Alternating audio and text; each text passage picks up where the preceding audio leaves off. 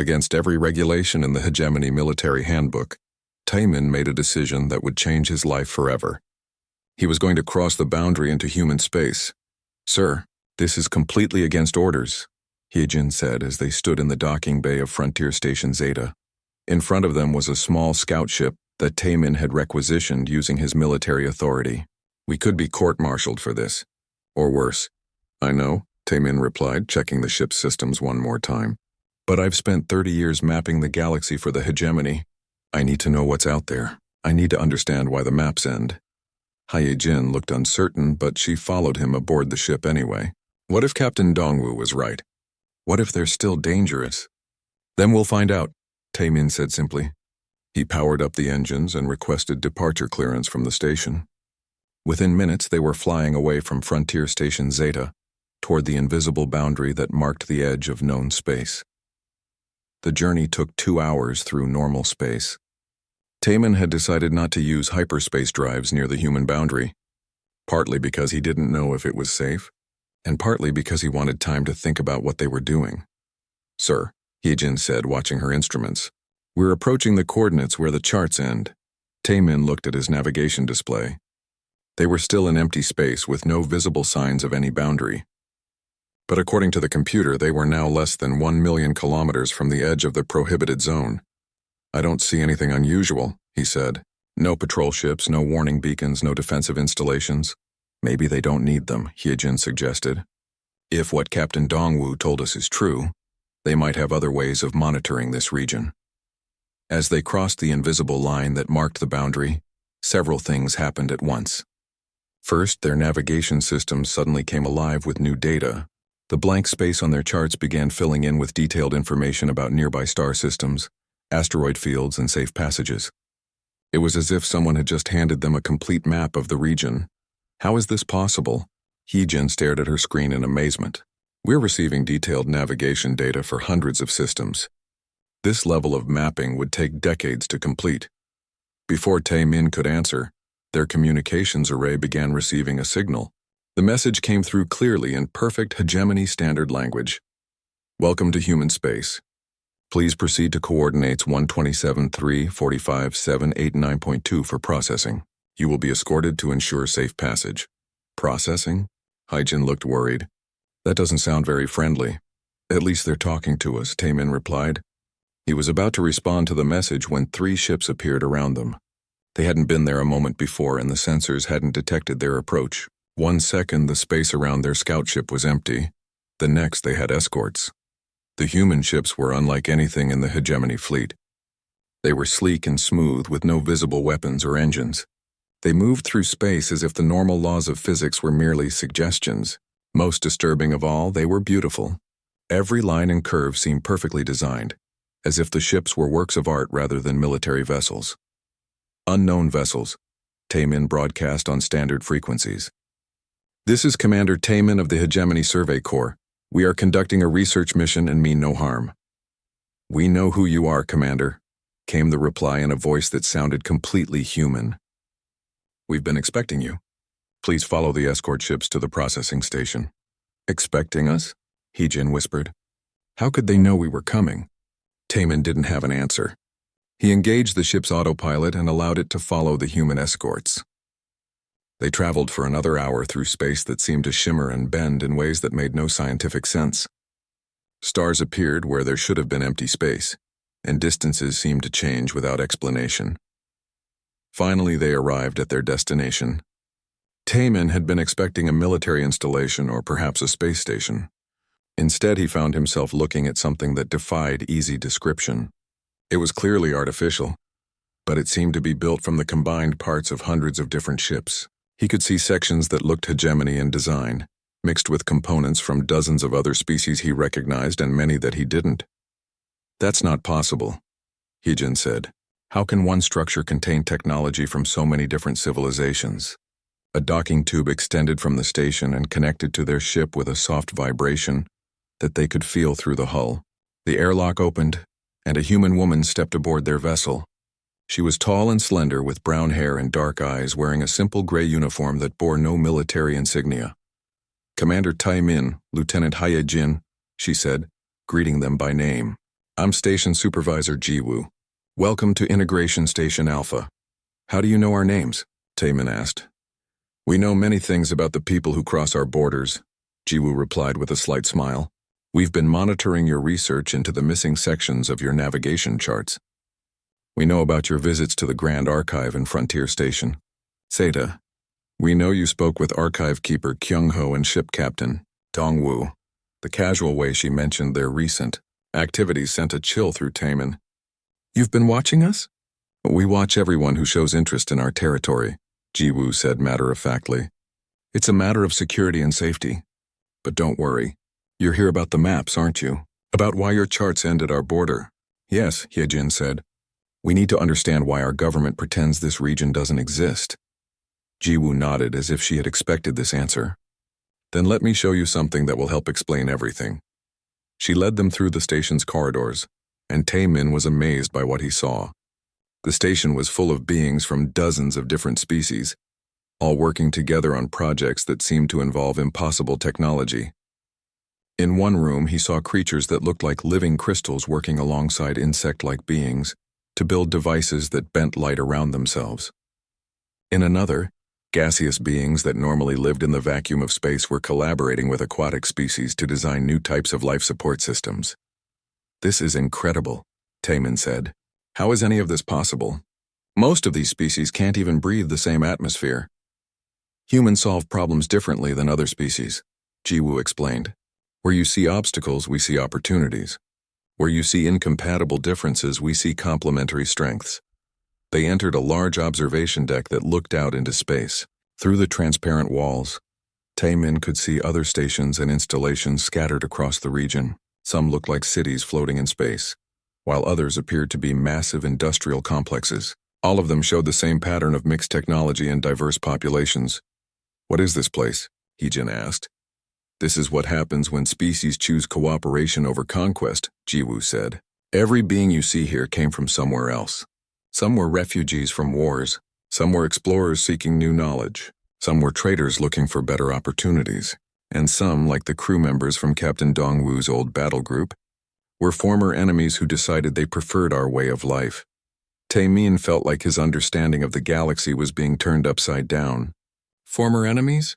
Commander, what do you think happened to all the hegemony personnel who were captured during the human conflict? They weren't imprisoned or enslaved. They were invited to stay and help us build something new. About 60% of them accepted the offer. Jiwoo walked to a control panel and activated a holographic display that showed the region of space they were in. It was full of thriving communities, trade networks, and research installations. This is why your charts end at our border. Not because we're dangerous, but because we're different. We represent an alternative to the way the galaxy currently works. I don't understand, Taemin said. The hegemony governs through hierarchy, Jiwoo explained. Someone is always in charge, someone is always following orders. It creates stability, but it also creates limitations. We govern through integration. We take the best ideas, the best technologies, and the best cultural practices from every species we encounter, and we make them available to everyone. She gestured to the view outside. Every person out there has access to the combined knowledge and technology of hundreds of worlds. A being from a low-tech society can use advanced tools. A species that evolved on a desert planet can learn to live in the ocean. The only requirement is that they contribute their own knowledge and abilities to the community. Taemin was beginning to understand why the galactic government wanted to keep this place secret. You're not just different. You're better. We're what the galaxy could become, Jiwoo corrected gently. But only if people choose to build it. That's why your governments hide us from their citizens. Because if ordinary beings knew what was possible out here, they might start asking why their own societies work differently. As they stood on the observation deck, watching the impossible community that humanity had built in their corner of the galaxy, Taemin realized that his journey to find the truth had led him to something much. Frontier Station Zeta sat at the edge of known space like a metal island in an ocean of stars.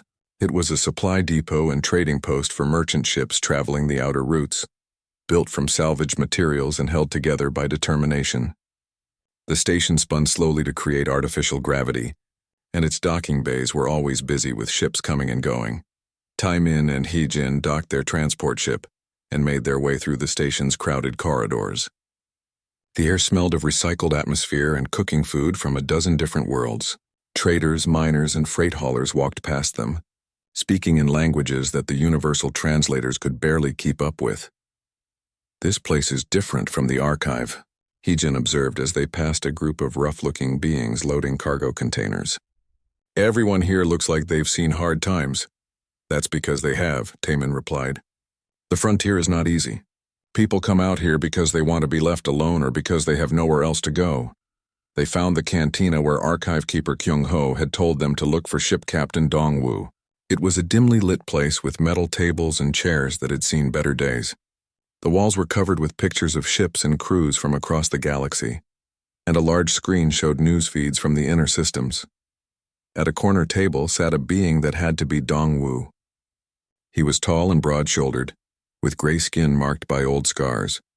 His left arm was clearly mechanical, made of dark metal with joints that moved too smoothly to be natural. He wore the simple clothes of a freight captain, but something in his posture suggested military training. "Captain Dong-woo." Taemin approached the table carefully. In places like this, it was important to be polite. The captain looked up with eyes that seemed much older than his face. "Depends who's asking. If you're here about shipping rates, I'm not interested. If you're here about anything else, I'm probably still not interested. We're here about the humans," Hyejin said quietly. Dong-woo went very still. For a moment, the only sound was the background noise of the cantina. Then he gestured for them to sit down. "You don't look like historians or reporters." "What are you really?" "Survey Corps," Taemin said. "We've been researching why certain regions of space are missing from our navigation charts." Dong-woo laughed, but there was no humor in it. "Missing from the charts. That's one way to put it." He raised his mechanical hand and flexed the metal fingers. 200 years and people still don't want to talk about what happened out there. A server approached their table, but Dong-woo waved her away. "You want to know about the humans? Most people who ask that question don't really want to hear the answer." "We do," Taemin said. "We need to understand what happened." Dong-woo studied them for a long moment. Then he began to speak, his voice low and steady. "I was a battle group commander back then. Young, confident, proud of the hegemony's military superiority. We had the best ships, the best weapons, the best training. We'd brought peace to hundreds of worlds by showing them the futility of resistance." He paused to take a drink from a metal cup. When the exploration scouts found the humans in 2156, it seemed routine. One system, one inhabited planet, primitive technology. They'd just achieved faster-than-light travel. We thought we'd have them integrated into the hegemony within a few months. "What went wrong?" Heejin asked. "Wrong?" Dong-woo shook his head. "That's not the right word. Everything went exactly as planned at first. We sent 12 first-contact fleets to their home system. Standard procedure. Impressive displays of technology to establish hierarchy, then negotiation from a position of strength. Taemin had studied first-contact protocols during his training. The hegemony's approach had worked successfully for over 1,000 years. But they didn't follow the expected pattern. No, they didn't. Dongwoo's expression darkened. Most species, when they see our battle groups, respond in one of three ways. They surrender immediately, they try to negotiate, or they make desperate attacks that we easily defeat. Humans did none of those things. The captain stood up and walked to a small window that looked out into space. They watched us. For exactly 72 hours, human ships stayed at a safe distance and observed everything we did. Our formations, our weapons tests, our communication patterns. They didn't respond to our messages or react to our displays of power. They just studied us like we were specimens in a laboratory. That must have been unsettling, Hyejin said. Unsettling doesn't begin to describe it, Dong-woo replied. We'd never encountered a species that didn't show fear when faced with overwhelming force. But the humans acted like they were taking notes. He returned to the table and sat down. After 72 hours, they acted. It started small. Supply ships that stopped responding, patrol vessels that went missing. We assumed it was technical problems or accidents. Then our communication arrays began malfunctioning. Navigation systems gave incorrect readings. Weapon targeting systems became unreliable. Taemin felt a chill. Sabotage? More than that. Dong-woo flexed his mechanical fingers again. They had learned how our technology worked in 3 days. Not just the basic principles, but the specific weaknesses. Every system in our fleet had vulnerabilities that even our own engineers didn't know about. and the humans had found them all. The captain continued his story, his voice taking on the tone of someone recounting a nightmare. The first major engagement was at Proxima Station. We had a full battle group there, 50 ships including 3 dreadnoughts. The humans arrived with maybe 20 vessels that looked like they'd been built in someone's garage. What happened? They disabled our entire fleet without destroying a single ship, Dongwu said simply. No massive explosions, no dramatic battles. One moment our ships were operational, the next they were drifting in space with dead engines and no weapons. The humans boarded every vessel, captured the crews, and took detailed scans of everything. Hiejin looked confused. But why didn't they just destroy the fleet? That's what we couldn't understand either. Every military doctrine says you eliminate threats permanently. But humans seemed more interested in learning than killing. They treated our crews well, gave them food and medical care, then released them at neutral stations with messages for their commands. Timon was trying to imagine how such a thing was possible. How did they disable advanced warships so easily? Because they understood something we didn't, Dongwu replied. Most species develop technology in predictable ways. First they solve basic problems, then they build on those solutions. Humans developed everything at once. They had artificial intelligence systems that could analyze our ships in real time, nanotechnology that could infiltrate our systems at the molecular level, weapons that could selectively disable specific components without damaging anything else. The captain's voice grew quiet. But that wasn't the worst part. The worst part was how they adapted. Every tactic we tried against them, they countered within hours. Every new weapon we deployed, they had a defense ready before we could use it effectively. It was like fighting an enemy that could see the future. How long did the war last? Taemin asked. 6 months of active conflict. But we realized within the first month that we couldn't win. Not because they were stronger than us, but because they were learning faster than we could adapt. Every battle made them more dangerous, not less. Dongwu stood up again, this time preparing to leave. The council made the right choice when they agreed to the territorial concessions. The humans didn't want to conquer the galaxy. They just wanted to be left alone. In exchange for that, they agreed to stay within the boundaries that you've discovered on your charts. But surely the hegemony has developed new technology since then, Hiejin said. What makes you think they're still dangerous? Dongwu looked at her with something like pity. Because they had 200 years to keep learning. 200 years to keep improving. If they were that far ahead of us in 2156, where do you think they are now? He walked away, leaving Taimin and Hiejin sitting at the table with more questions than answers. The cantina seemed quieter now, as if Dongwu's words had cast a shadow over everything. What do we do now? Hiejin asked. Taimin looked out the window at the stars beyond the station. Somewhere out there, beyond the boundaries on the charts, was a civilization that had rewritten the rules of warfare and then chosen isolation over conquest. I think, he said slowly, we need to see for ourselves. The Grand Archive of Kethvar Prime was the largest library in known space. Built inside a hollowed-out moon, it contained the collected knowledge of over 300 species. If answers existed about the missing section of the galactic maps, Taemin believed he would find them here. The journey from the Cartography Institute had taken 4 days through hyperspace.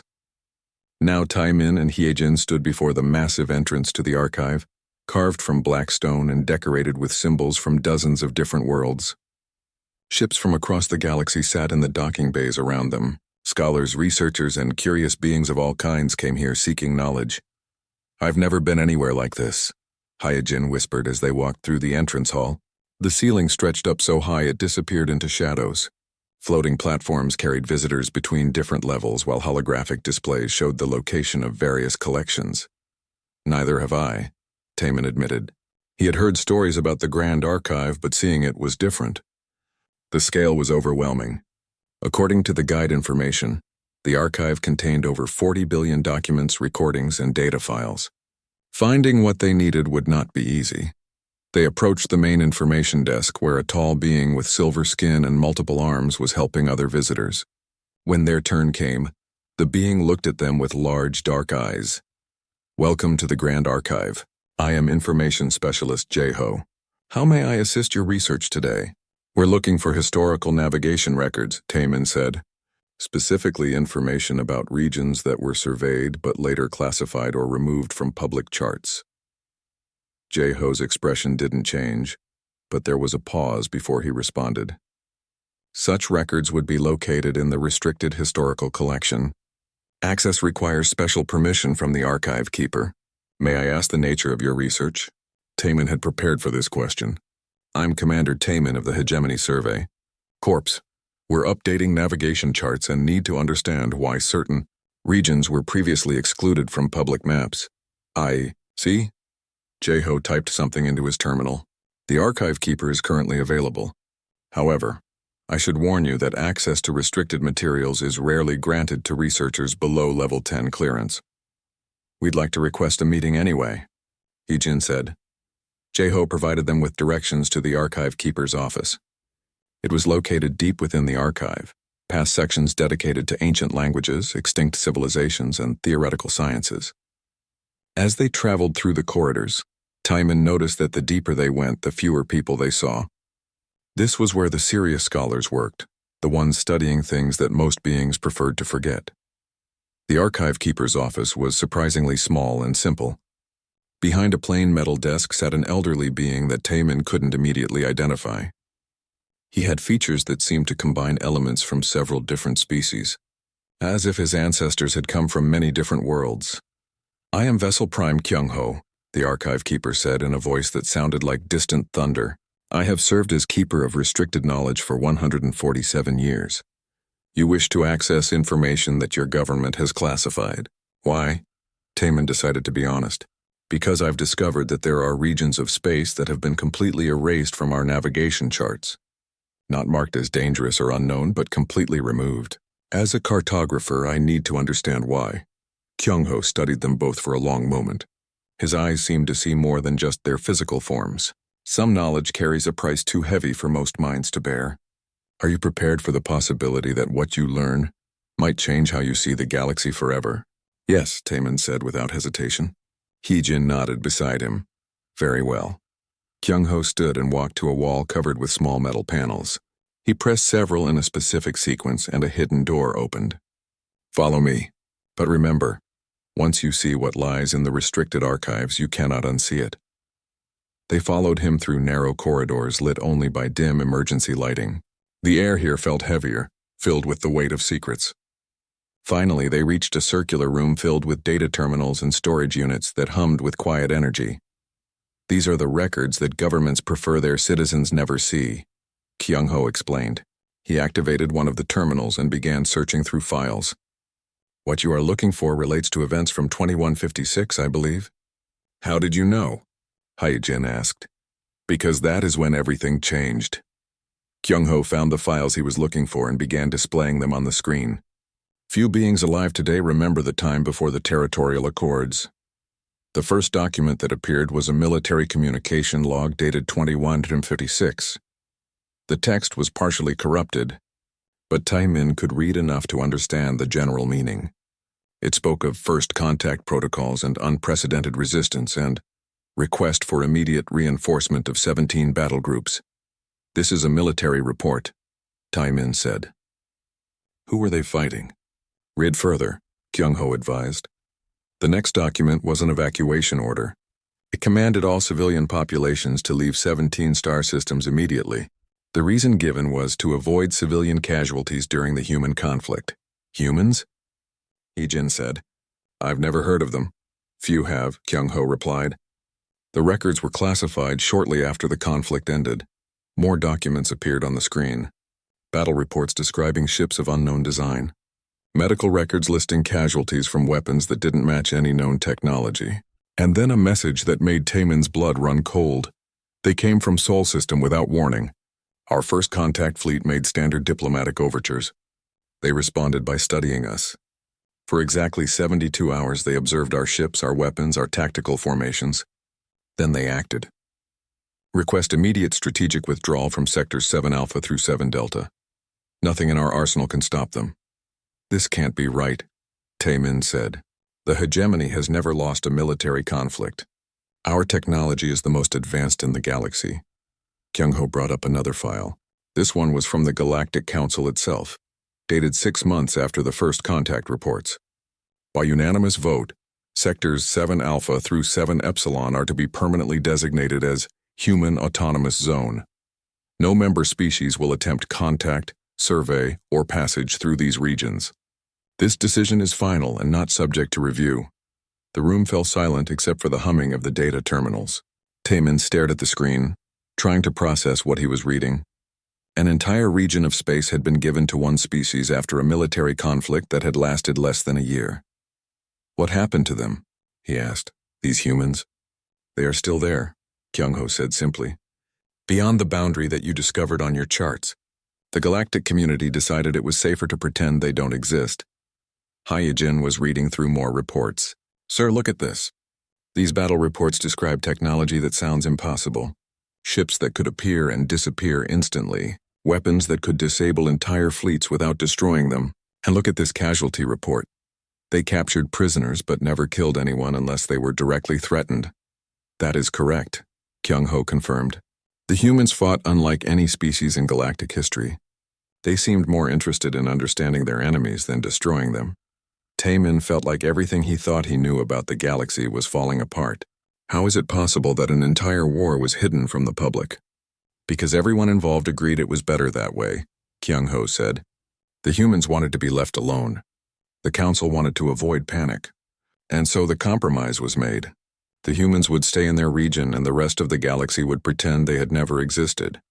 But surely someone must know more, Hyejin said. There must be survivors who could tell us what really happened. Kyung-ho nodded slowly. There are a few. Most prefer not to speak of their experiences.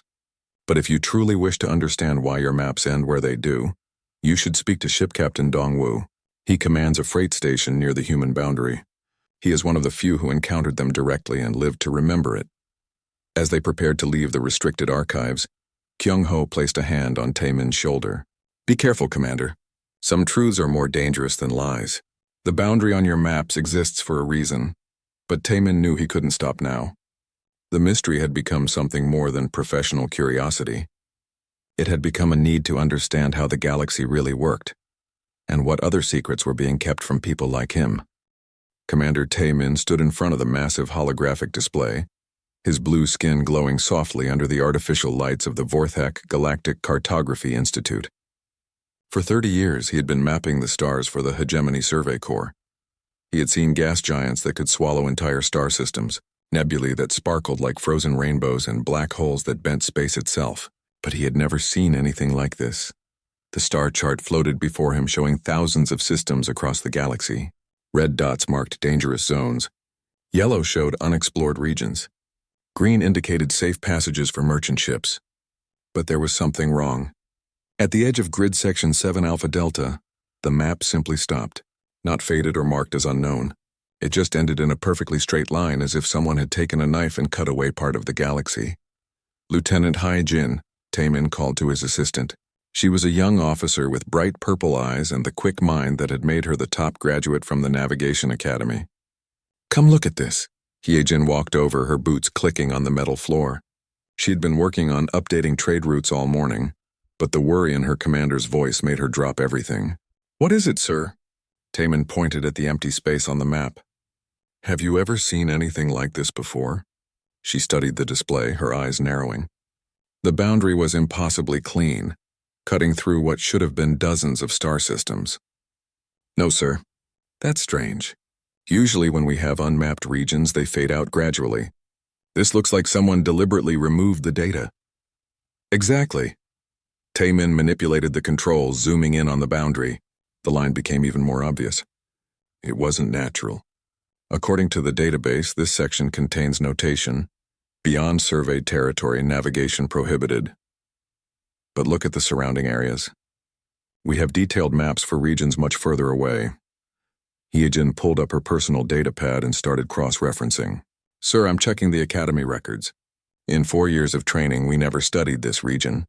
When students asked about it, the instructors always said it was uncharted space, too dangerous for exploration, but Taemin had been to dangerous places before. He had mapped the interior of unstable nebulae, where ships could be torn apart by radiation storms.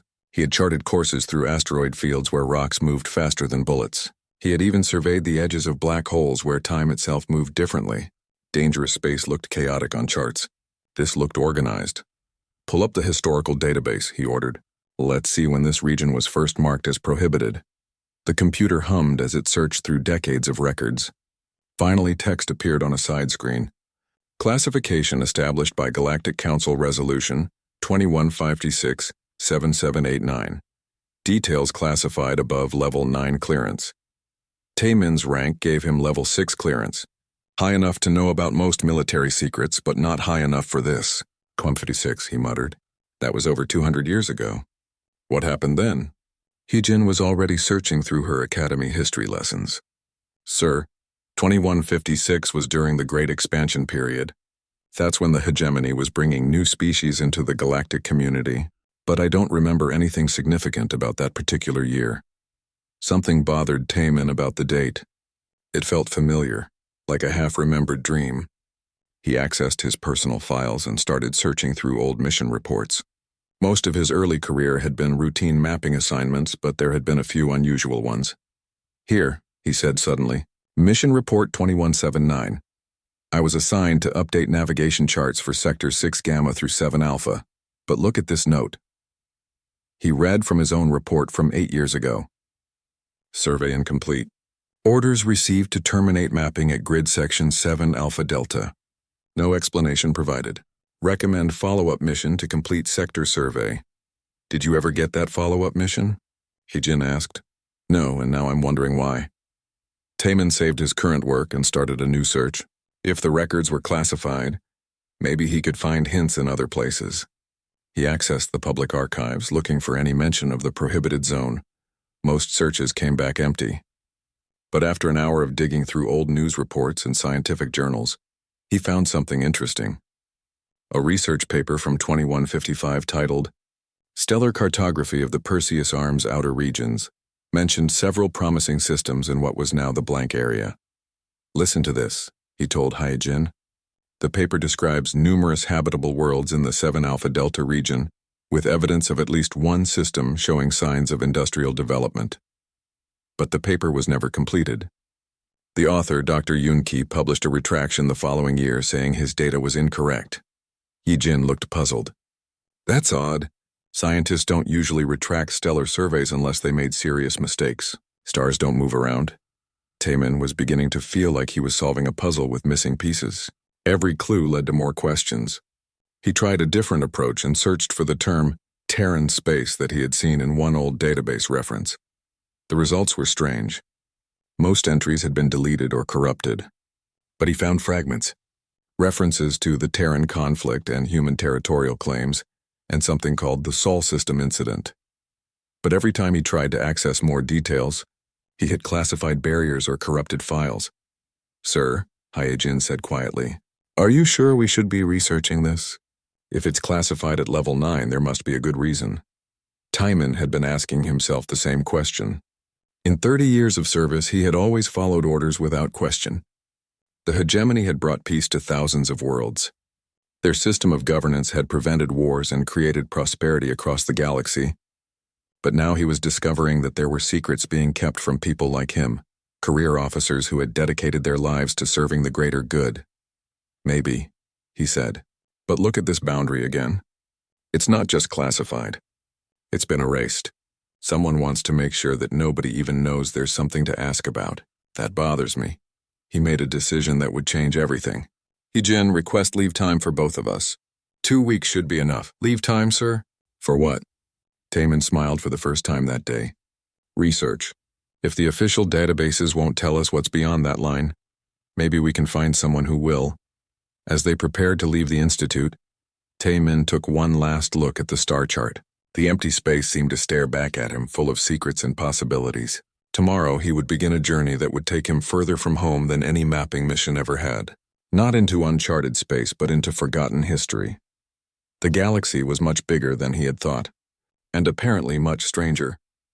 Station Supervisor Jiwoo led Taemin and Heejin deeper into human space, aboard a sleek transport vessel that moved through the stars like liquid light. Over the next 3 days, they visited worlds and installations that challenged everything they thought they knew about how civilizations worked. Their first stop was New Eden, a planet where the atmosphere itself had been modified to support dozens of different species simultaneously. Taemin watched in amazement as beings that should have required completely different environmental conditions walked together through cities that floated above crystal forests. The architecture combined design elements from hundreds of worlds, creating structures that were both functional and beautiful. How is any of this possible? Heejin asked as they toured a residential district where aquatic beings lived in water-filled towers next to flying creatures that nested in crystalline spires. Cooperative engineering, explained their guide. A human named Captain Yoon Seo, who had been leading integration projects for over a century. When you combine the atmospheric sciences of the Vorthak with the crystal-growing techniques of the Ketha and the biological adaptation methods of the Zephyrians, you can create environments that work for everyone. Taemin had studied xenobiology during his training.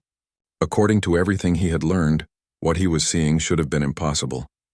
But the chemical requirements alone, some species need atmospheres that are toxic to others. Only if you think in terms of single solutions, Captain Yunseo replied. Humans learned long ago that most problems become easier when you stop trying to find one answer that works for everyone and start building systems that provide different answers for different needs. They visited manufacturing centers where beings from low-tech worlds worked alongside artificial intelligences to produce tools and devices that incorporated technologies from across the galaxy. Former refugees from war-torn systems now had access to medical treatments and life extension technologies that had previously been available only to the wealthiest species in the hegemony. But what impressed Taemin most was not the technology. It was the people. Everywhere they went, beings from different worlds worked together with an enthusiasm and cooperation that he had never seen before. There were no obvious hierarchies, no signs of the social tensions that existed in most multi-species communities. Everyone seemed to have a role that matched their abilities and interests. On their second day, they met Commander Sung Min, a former hegemony officer who had been part of the original conflict 2 centuries earlier. He now led a mixed-species exploration fleet that was pushing beyond the galaxy's edge, discovering new worlds and new forms of life. I was a battle group commander like you, Sung Min told Taemin as they walked through his ship's bridge. The crew included beings from at least 20 different species, all working at stations designed to accommodate their various physical requirements. I came here as a prisoner of war and stayed because I discovered something I had never found in the hegemony military. What was that? Purpose, Sungmin said simply. In the hegemony, my job was to enforce the existing order. Here, my job is to help build something better. We're not just exploring space anymore. We're exploring possibilities. On the third day, they were brought before Captain Yoon Seo in what appeared to be the central administrative complex for the human region. It was not an impressive building by hegemony standards, no towering spires or overwhelming displays of power.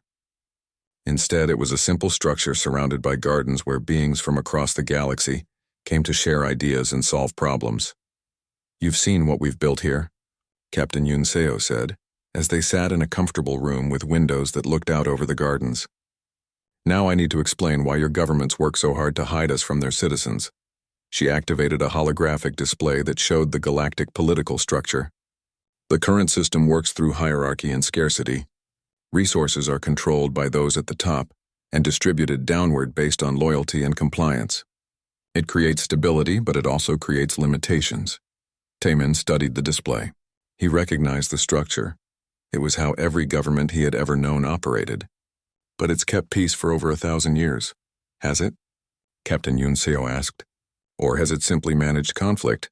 How many species still live in poverty while others have abundance? How many worlds are strip-mined to provide luxury goods for core systems? How many talented beings never reach their potential because they were born in the wrong place? The questions made Taemin uncomfortable because he knew the answers. The hegemony had brought order to the galaxy, but that order came with costs that were usually paid by those who had no voice in the system. What we've built here proves that those costs aren't necessary, Captain Yoon Seo continued. When you share knowledge instead of hoarding it, when you include everyone instead of excluding most people, when you solve problems cooperatively instead of competitively, you can create abundance instead of scarcity. She gestured to the window, where beings from dozens of worlds were working together in the gardens. Everyone you see out there has access to the best medical care, the most advanced education, and the most interesting work that the galaxy can provide.